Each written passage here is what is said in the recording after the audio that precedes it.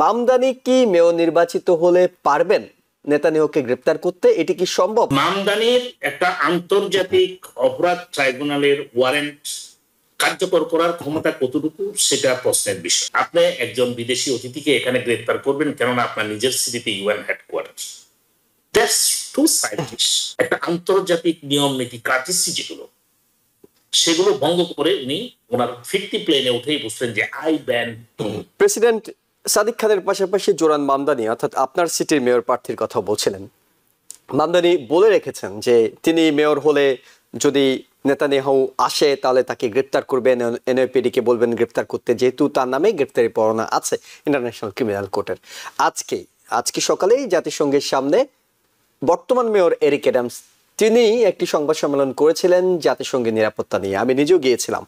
তাকে প্রশ্ন করা হয়েছিল যে নেতানিয়াহুকে আপনি গ্রেপ্তার করবেন কিনা। তিনি উত্তর দিয়েছিলেন, নেতানিয়াহু আমার গেস্ট, তিনি আমার অতিথি, তিনি বিশ্বের গুরুত্বপূর্ণ ব্যক্তি, জাতিসংঘে গুরুত্বপূর্ণ ব্যক্তিরা আসেন, এমন কোনো রেকলেস কাজ করার তো প্রশ্ন আসে না, উল্টো আমি তার সাথে দেখা করব, সাক্ষাৎ করব। মামদানি যে প্রেক্ষাপটে বলছেন এবং তার প্রেক্ষিতে ডোনাল্ড ট্রাম্প আজকে প্রতিক্রিয়া জানিয়েছেন। মামদানি কি মেয়র নির্বাচিত হলে পারবেন নেতানিয়াহুকে গ্রেপ্তার করতে? এটি কি সম্ভব? যে এর আগে তো গাদ্দাফি থেকে শুরু করে আরো অনেক নেতারাই এই জাতিসংঘে এসেছেন। জাতিসংঘে তো আসবেন নেতারা, নিষিদ্ধরাও আসবেন, প্রসিদ্ধরাও আসবেন, সবাই আসবেন। মামদানি কি জনপ্রিয়তার জন্য এই কথা বলছেন, নাকি আসলেই তিনি চেষ্টা করবেন আমেরিকাতে নেতানিয়াহু কিংবা ইসরায়েলের যে কোনো প্রধানমন্ত্রীকে গ্রেপ্তার করার? দেখুন, মামদানির একটা আন্তর্জাতিক অপরাধ ট্রাইব্যুনালের ওয়ারেন্ট কার্যকর করার ক্ষমতা কতটুকু সেটা প্রশ্নের বিষয়।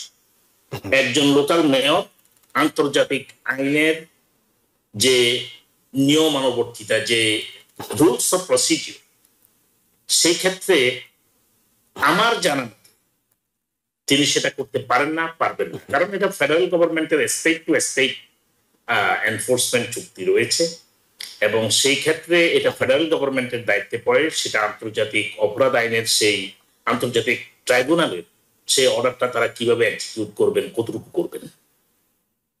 মামদানি এটা সম্ভবত একটু আবেগের বসেই সেটা বলেছেন এবং করতে পারবেন কিনা আমার সন্দেহ আছে আইনগতভাবে। আমি আইনজ্ঞ নয়, তবে এই ক্ষেত্রে ফেডারেল গভর্নমেন্টের যে শক্তিশালী হাত রয়েছে সেই তুলনায় একজন সিটি মেয়রের ক্ষমতা, আপনি জানেন যে এখানে অ্যারেস্ট করলে তাকে কি হবে।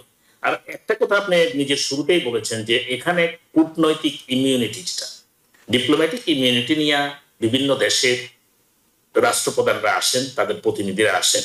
সেই ক্ষেত্রে সেই আলোকে আপনি একজন বিদেশি অতিথিকে এখানে গ্রেপ্তার করবেন কেননা আপনার নিজের সিটিতে UN headquarter.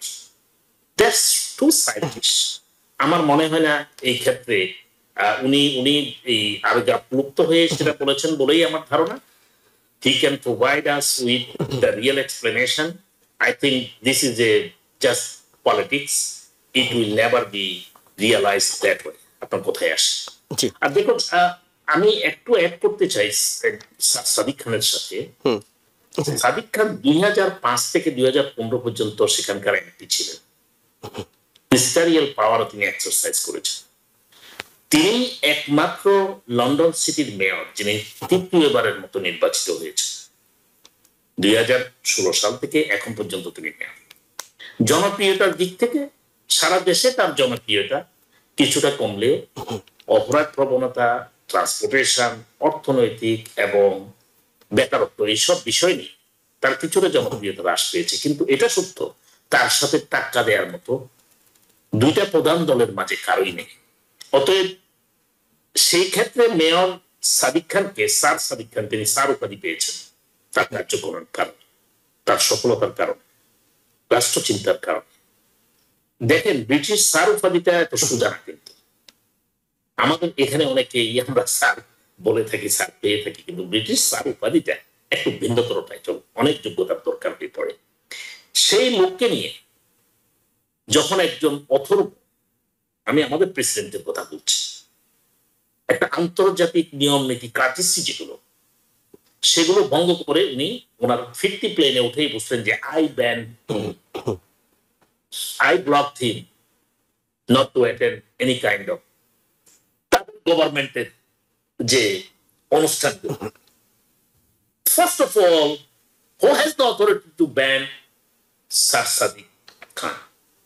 It is the British government. Who is the host of this? Who is the sponsor of this program? New York থেকে সম্প্রচারিত TVN 24 টেলিভিশন বিশ্বজুড়ে বাঙালির কণ্ঠস্বর।